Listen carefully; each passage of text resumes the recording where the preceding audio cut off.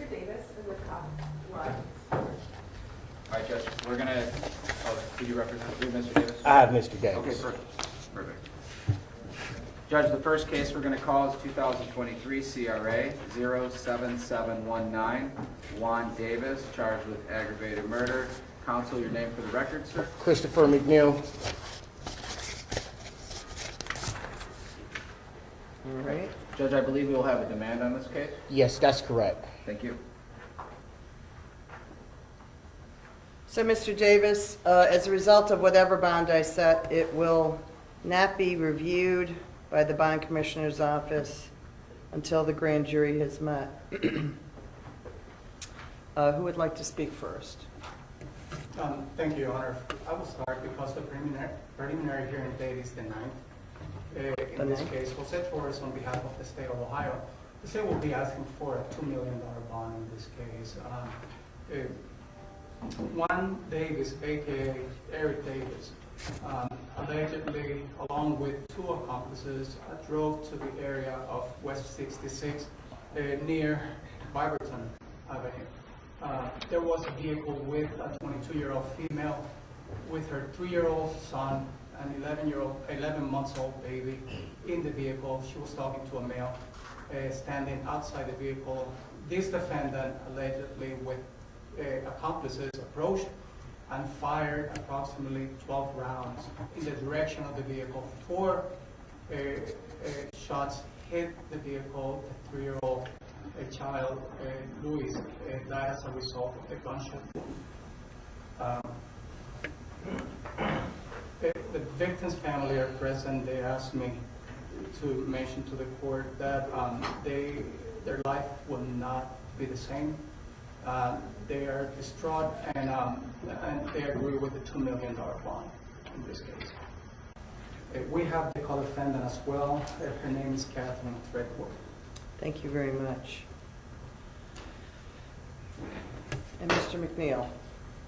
Thank you, Your Honor. Mr. Davis denies the entirety of the allegations, Your Honor. And while this is a tragic loss of life, the defendant is entitled to the presumption of innocence, Your Honor. I would ask that the court set a reasonable bond, given the circumstances, Your Honor. Do you know who court case number 23-684676 is with? Yes, Your Honor. Defendant has an open case. It's an aggravated burglary in front of Shannon Gallagher. He also is on probation with the county for, I believe, a felonious assault, and he has convictions for aggravated assault, discharging a firearm, and attempted felonious assault. Because it's noted that he's on CSR and GPS monitoring with the county in the pending case. Oh.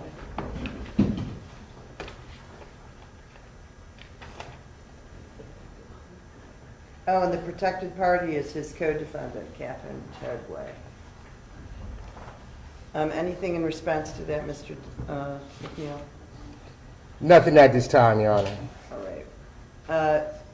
Because Judge Shannon Gallagher has the opportunity to alter this bond if she wishes, since there is a pending case, and he was on court supervised release with a GPS monitor, I am going to grant the prosecutor's request for the $2 million bond and let her change it if she wishes. So the bond will be $2 million. The demand date is October 9th at 8:30, sir. Oh, that's a holiday. It's Yes, Your Honor, the 10th. the 10th. I'm going to make this, thank you. That's technically Columbus Day, even though it's not a really Columbus Day. It's just the Monday holiday. All right, this will be Tuesday, October 10th, Mr. Davis, at 8:30 in the morning in this courtroom, 3D. Good luck, sir. Thank you, Your Honor. Thank you, Mr. McNeil, and my best to Stephanie. Thank you.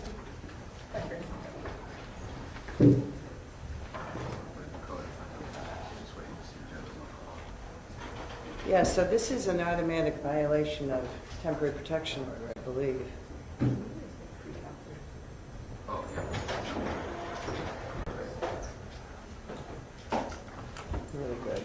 Thank you, Ellie.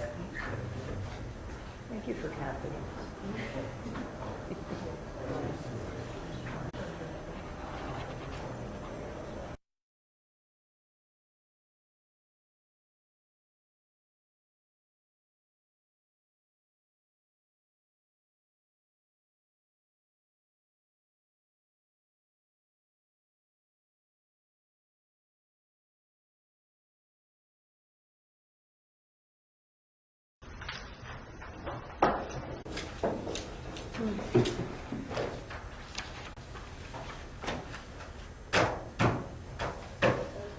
Judge, sitting down in the booth now is Kathleen Treadwell. She's charged with felony 1 murder.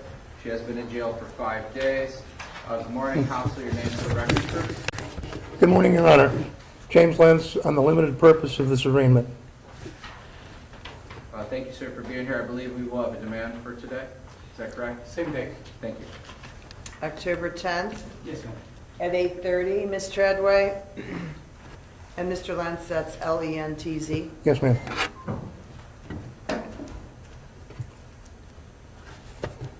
So, ma'am, I just set a bond on Mr. Davis.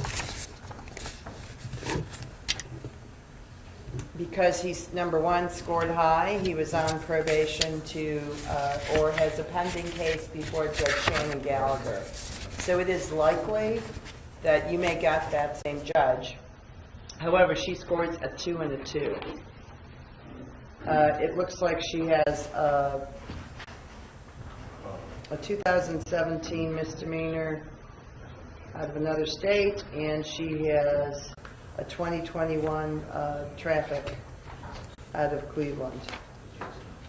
Other than that, the fact that she has the 2017 makes her a multi-state offender. But what would you like to say as it relates to the prosecutor's stance on this, Mr. Torres? Thank you, Your Honor. The state will ask for $500,000 cash surety in this case. This defendant is the victim's neighbor.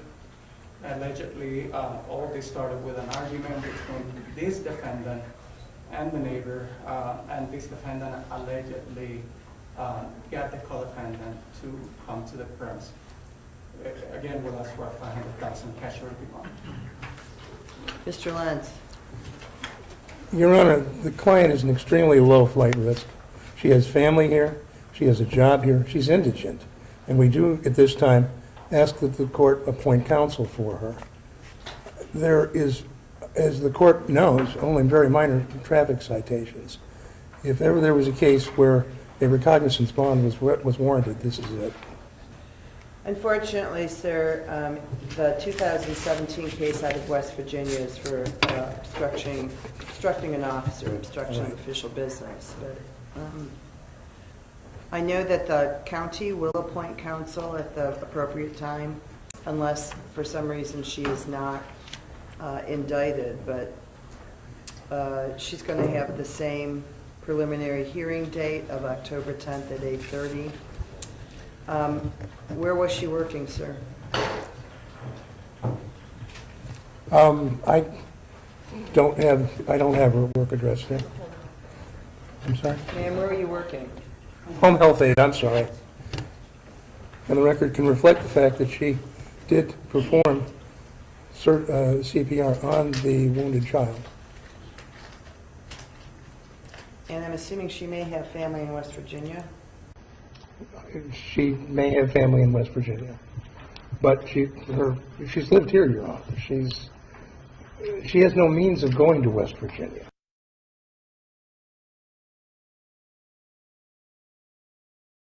Relates to her circumstances, I, at this point, will not, I will grant the prosecutor's request and set the bond at $500,000. It can be reviewed by cash surety, property 10%.